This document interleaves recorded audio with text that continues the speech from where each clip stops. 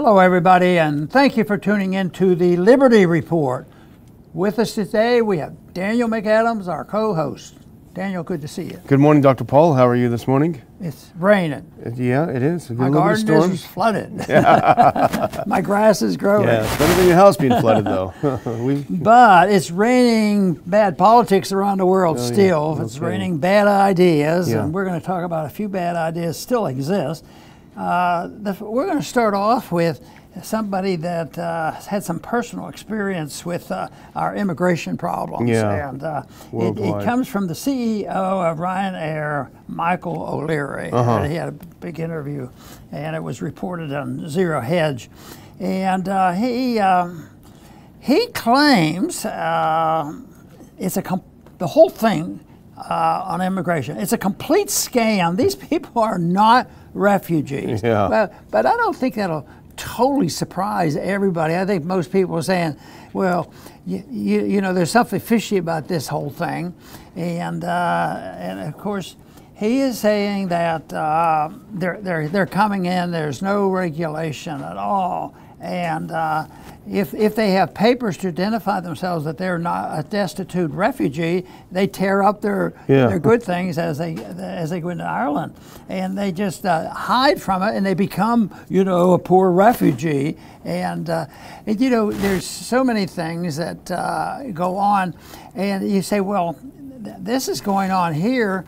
But how many people are coming in this country right now in a deliberate, legalistic way, calmly, and going through the ropes?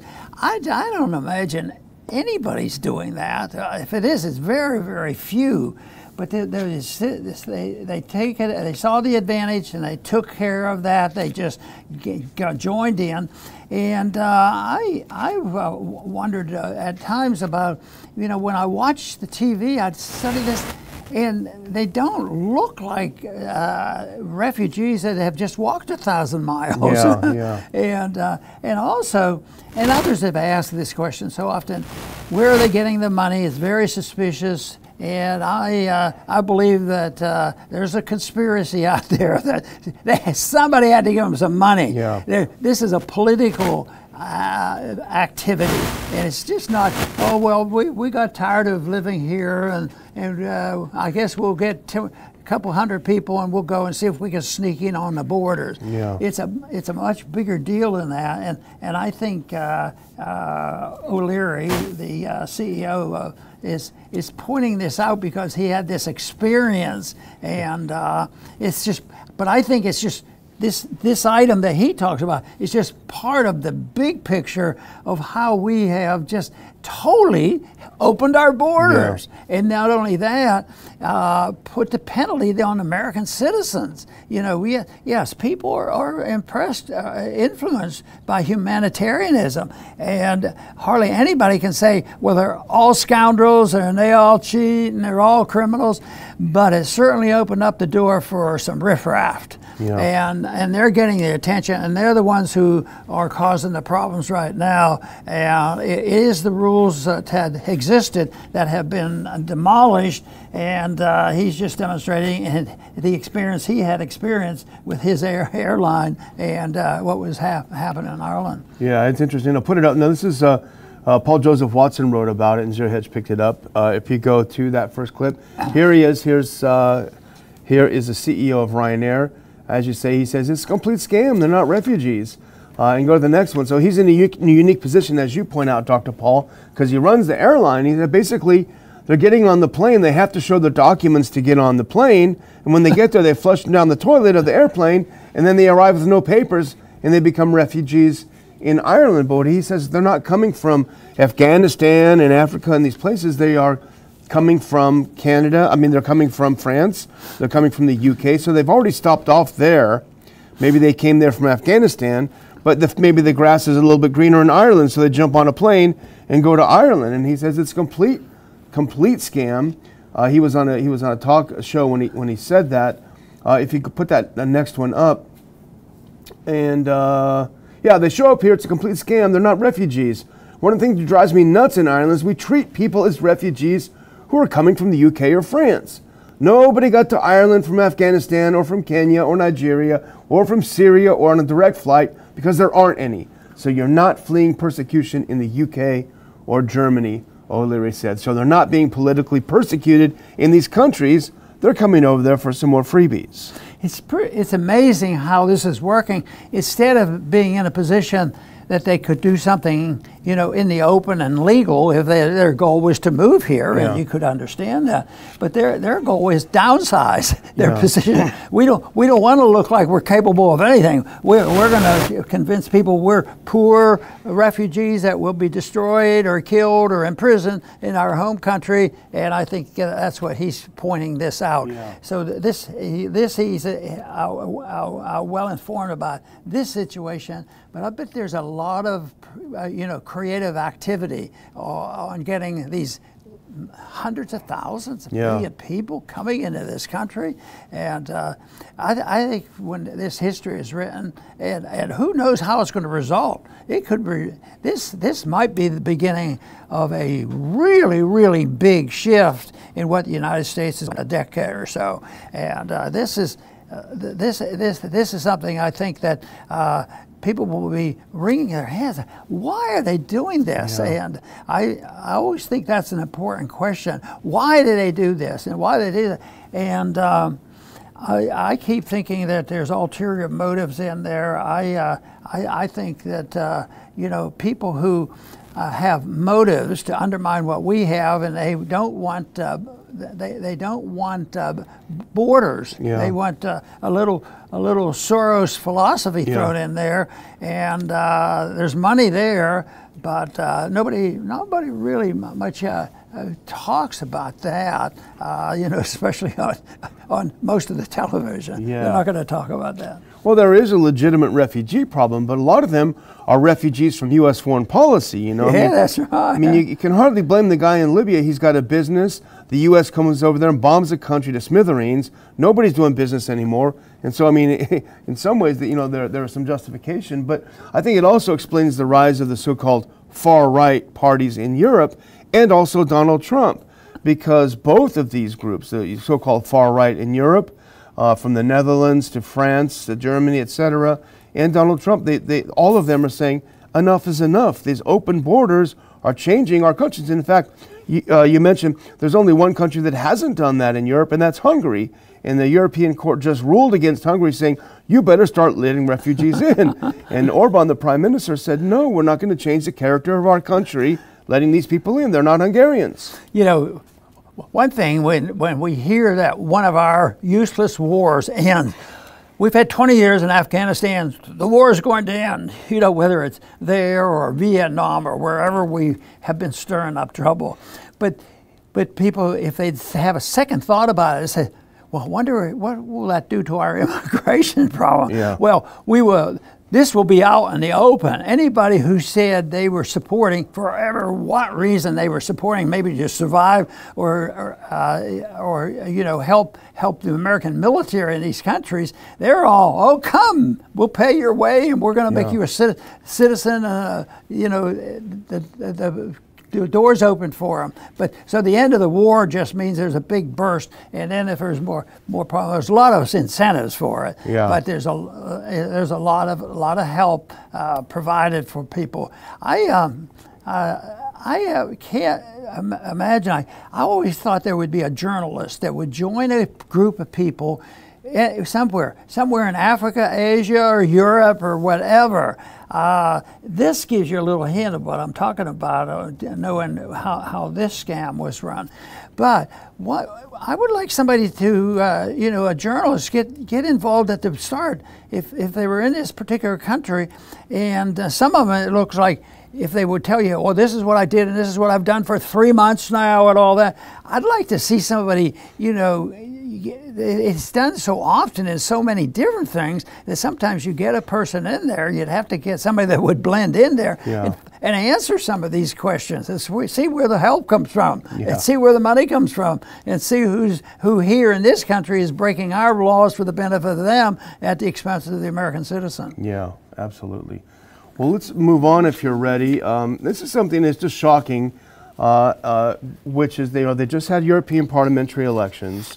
And it was a real shocker for the elites, but probably not for the rest of us who could see it coming, which is that the mainstream parties that have us on the brink of war, they allow their pipelines to be blown up, they allow their economies to be destroyed by Biden and his people. They did very, very badly. And the so-called far right and far left did well. And the far right and far left, it's a ridiculous term, are generally for peace. They're sick of this war with Ukraine. Well, what happens then? The losers want to start banning the winners. Put this next one up. Now, this is the Alliance, the Alternative for Germany party. Germany moves closer to an AfD ban. The Greens, who've been in charge in a partnership, claim that the party is a security risk for the people and for democracy. So they want to ban a party for democracy. Go to the second clip then. So the Alliance for Germany party, which is now the second most popular party in the country, is moving closer to being banned.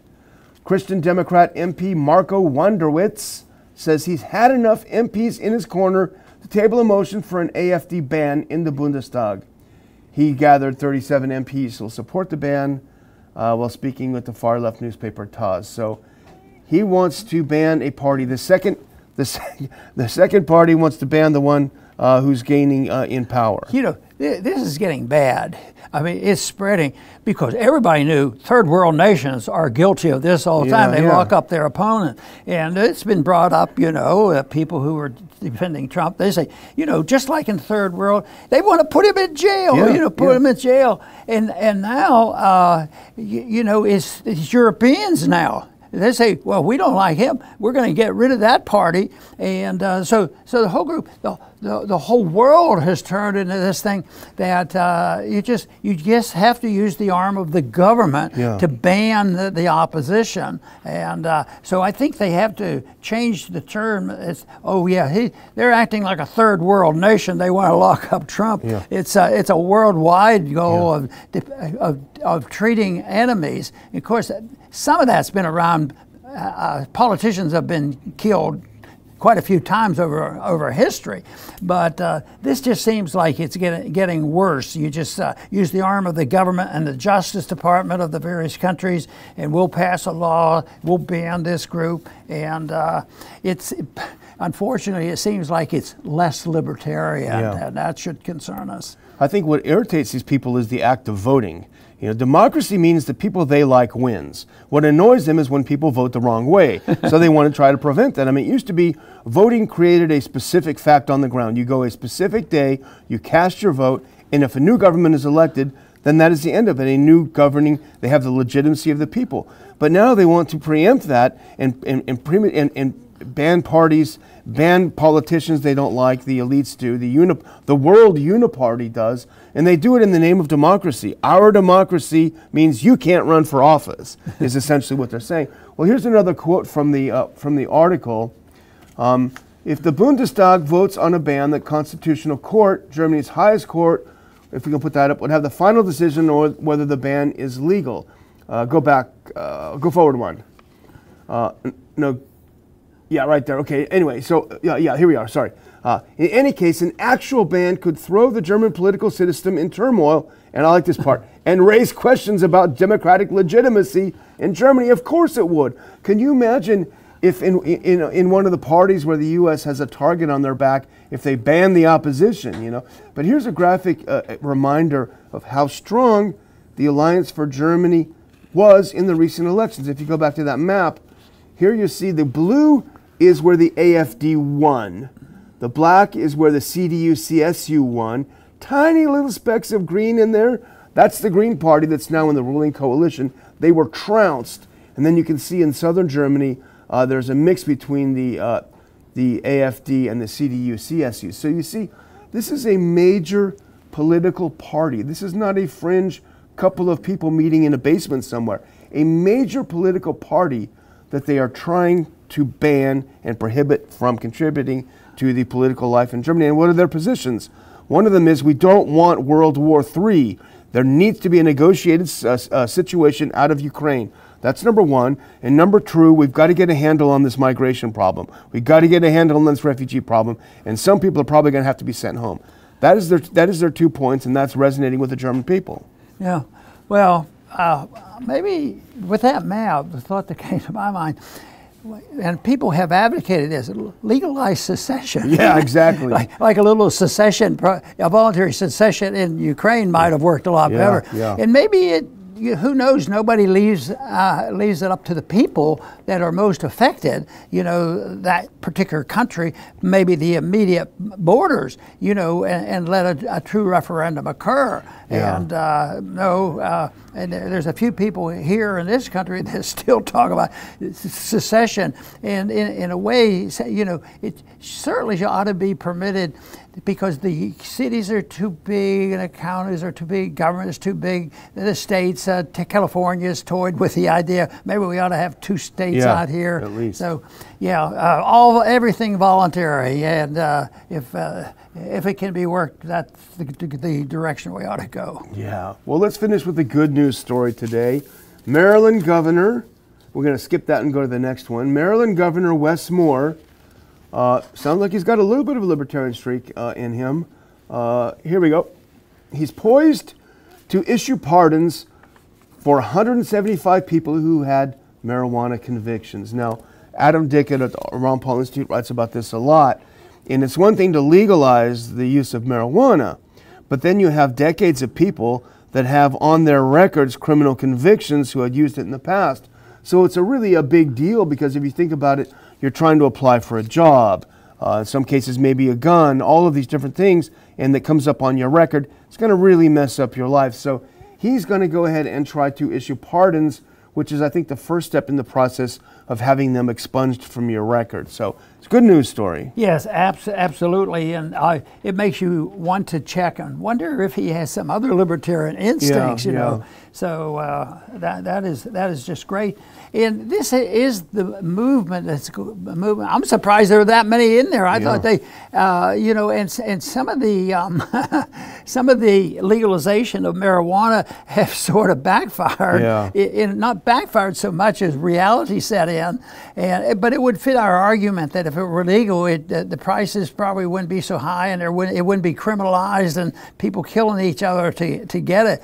So they legalized it. I think it might have been Colorado or someplace. It was legal, and there was a lot of competition, and they were annoyed because they can't make it. Yeah, they can't make the money. All of a sudden, there were these billions and billions of dollars in the drug trade, and I'm sure our borders are still filled with it. So people would say, well, you couldn't possibly treat all the drugs that are on our borders, fentanyl and everything else. But the truth is, if you look at it, the alcohol prohibition is a good indication, and there's been good studies on that. And just think of where it was at one time.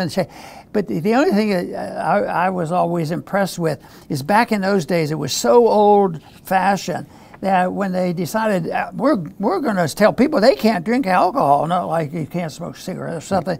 What we'll have to do is we'll have to change the Constitution. That's remarkable. And then they had to change it back when the people decided that they don't want to. Well, that was too cumbersome, so we still don't ask for a correct constitutional process. Certainly, they don't do it in war. I mean, we call most of these things war. The Afghan War, the Vietnam War, the Korean War. I think Truman set the stage for that. Yep, it's a war, but we'll just call it a police action.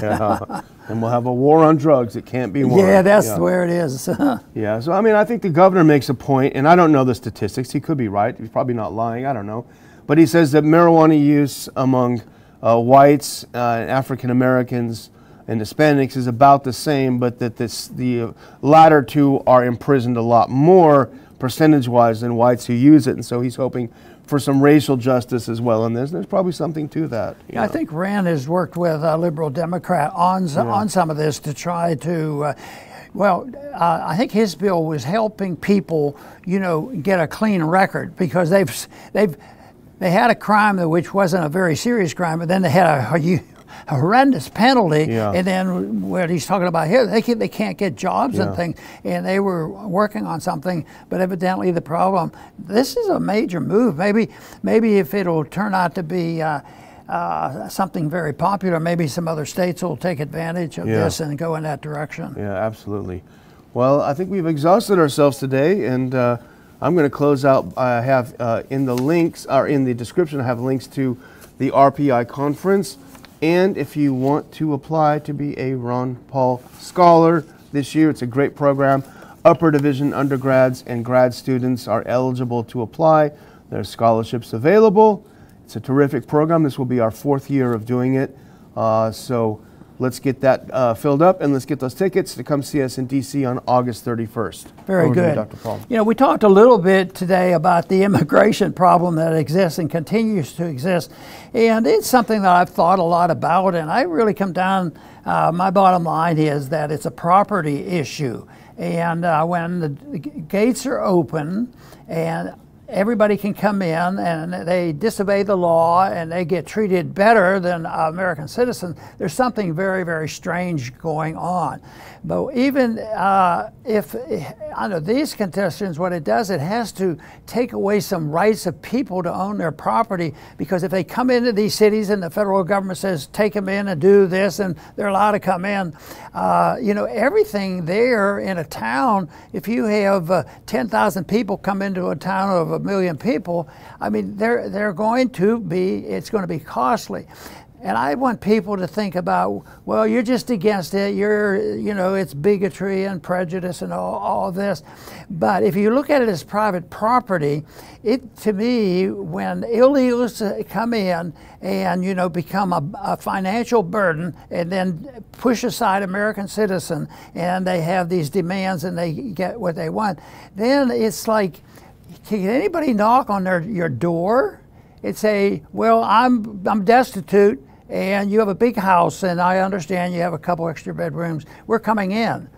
What do you mean you're coming in? I mean, most people would say you can't do that. But for the country, opening up the doors and using the facilities, whether they're hospitals or schools or putting people out of their homes and apartments, it's a property issue, but it's since so much property is owned and controlled by the collective, the government, it's more difficult to emphasize how personal it is, because we would never allow what's happening, you know, through the immigration process in a bigger way and in a collective way, what it would be like if they could in a way knock on your door and say, this is what I want. And that's essentially what happens with communism and the radical socialist state, is it is literally taking your home away. And that's what's happening now. People are losing their homes and they're losing their businesses. And just look at what's happening in the inner cities where, you know, defending your property, you could get into more trouble than the people who get caught destroying property and robbing and killing. So we're upside down, and I think if people would more concentrate on the principle of ownership and defending the people who do own the property, rather than endorsing the issue that, well, you're a bigot and you're not a humanitarian, so and you just don't want to help people. Well, that isn't the problem. The problem is the misunderstanding deliberately so, to take a function and decide that maybe there's some benefits to having 10 million illegals in this country.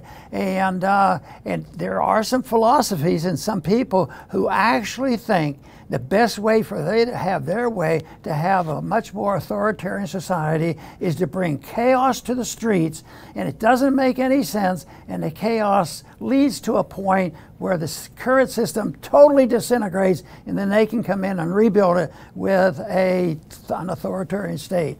And I keep thinking about that, and it could be possible, and we ought to be cautious about what's happening in our country. Working for the cause of peace and prosperity is a worthwhile goal, and that's what we're going to continue to do. I want to thank everybody for tuning in today to the Liberty Report. Please come back soon.